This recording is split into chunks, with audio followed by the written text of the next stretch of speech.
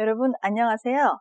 여러분과 함께 상속의 승인과 포기에 대해서 알아볼 이기련 변호사입니다.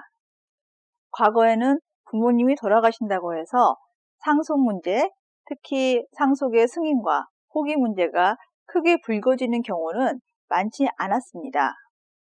그런데 최근 다양한 경제 상황에 직면하게 되면서 부모님이 하는 일을 자식들과 배우자가 제대로 알지 못하는 상태에서 갑자기 사망하는 경우에 남겨진 상속인들이 곤란한 상황에 처하게 되는 경우가 자주 발생하고 있습니다. 예상치 못한 채무가 등장하여서 이를 상속받아야 하는 자녀들이 곤란한 지경에 처하기도 하며, 한편 부모의 재산 내역을 정확히 파악할 수 없어서 곤란을 겪는 경우도 있을 것입니다. 이런 경우 과연 상속인들은 어떻게 해야 하는지와 관련된 것이 상속의 승인과 포기 문제입니다. 그럼 지금부터 저와 함께 하나씩 알아보시면서 혹시 여러분에게도 생길 수 있는 예상 가능한 문제들을 해결해 보도록 하겠습니다. 우선 상속의 승인과 포기가 무엇인지와 그 성질에 대해 이해하셔야 하는데요.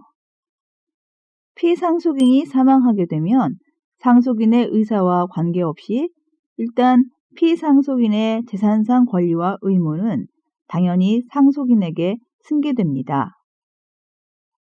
그런데 상속재산에 채무가 많을 때에는 상속인이 상속을 포기하거나 피상속인이 남긴 상속재산의 한도 내에서만 피상속인의 채무를 갚는 것을 조건으로 상속을 승인하는 한정승인을 할 수 있도록 하고 있습니다.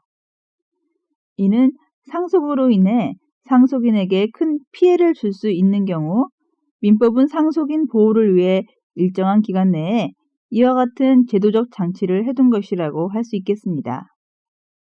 다음으로 여기서는 간략히 승인과 포기의 법률적인 성질을 보시겠는데요.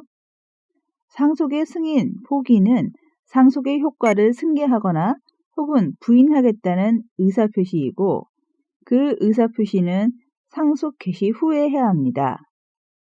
그리고 이해관계인의 이익 보호를 위하여 확정적으로 승인, 포기를 해야 하기 때문에 조건부나 기한부일 수는 없습니다. 상속 재산에 대하여 포괄적으로 해야 하므로 특정 재산에 대해서만 선택적으로 할 수 없으며, 특히 한정승인과 포기는 요식행위로서 가정법원에 대한 신고로서 해야 합니다.